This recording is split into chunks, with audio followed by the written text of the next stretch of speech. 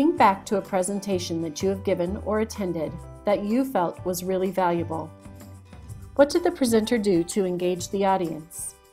How did they spark your interest, keep you thinking, empower you to follow through?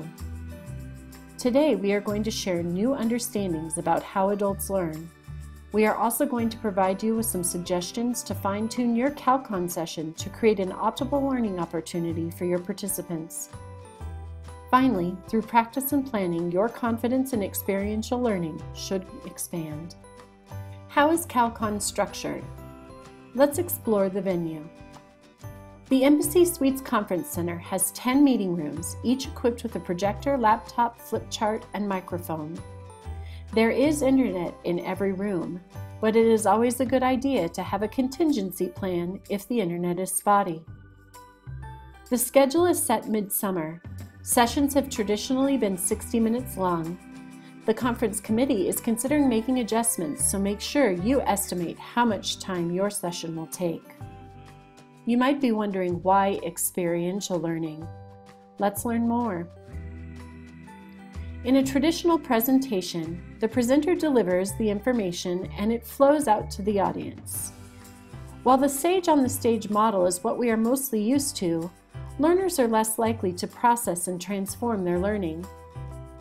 In an experiential learning session, the facilitator initiates the topic, and then the information flows between the audience and the facilitator and between the participants. Because learners are interacting with the facilitator and one another, they are processing the information using the ideas generated by their peers, making connections and transforming their learning.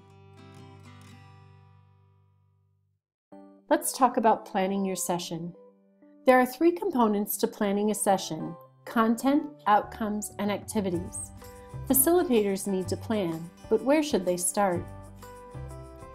You should start with the end in mind. Set your desired outcomes for your session participants. What do you want them to know, understand, and be able to do as a result of attending your session? Determine the critical content that participants need in order to meet those outcomes. And finally, determine how you are going to help them meet the outcomes. Let's do a check for understanding. True or false? You should start your session by covering the outcomes and the agenda.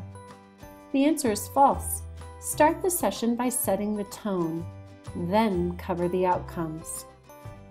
How do you set the tone? There are many ways to engage your participants. Ask them to identify with statements by raising their hands or standing up.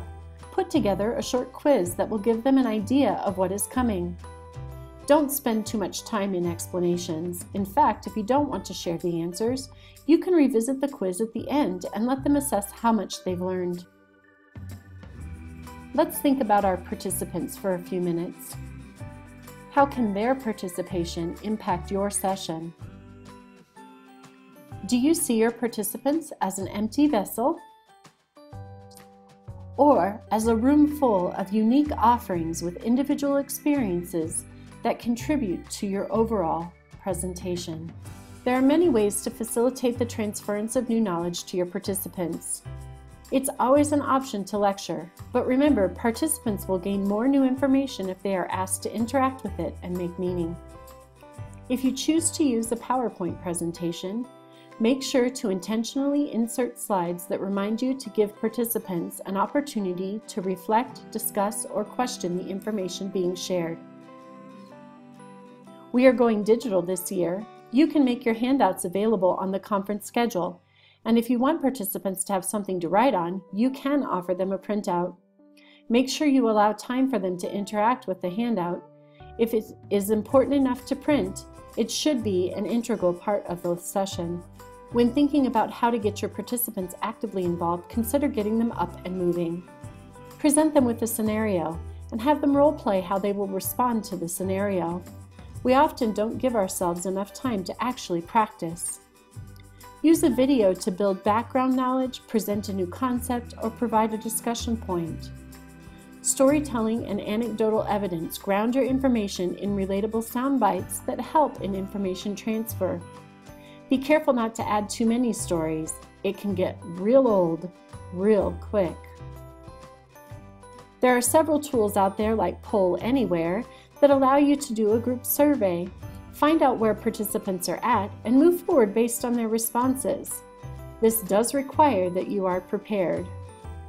Use a quiz or a game to get participants making meaning of the new information.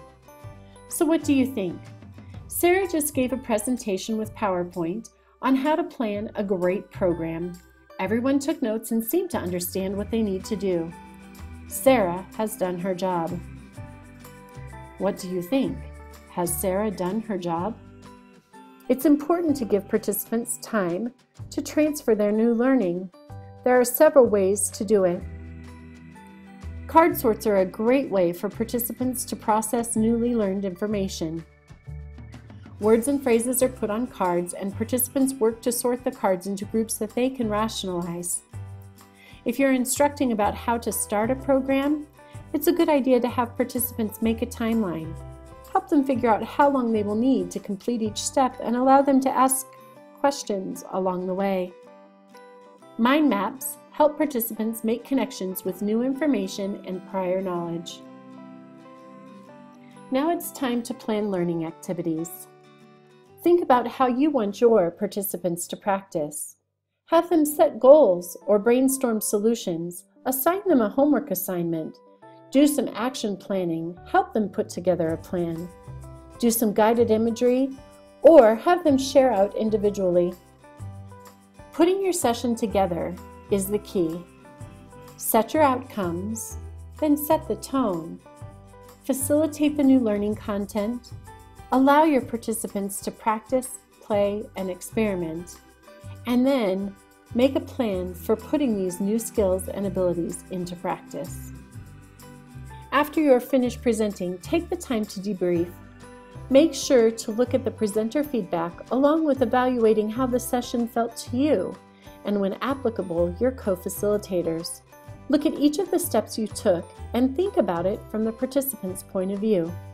Reflection is your most valuable tool as you fine-tune your facilitation. Thank you for taking the time to listen to the webinar.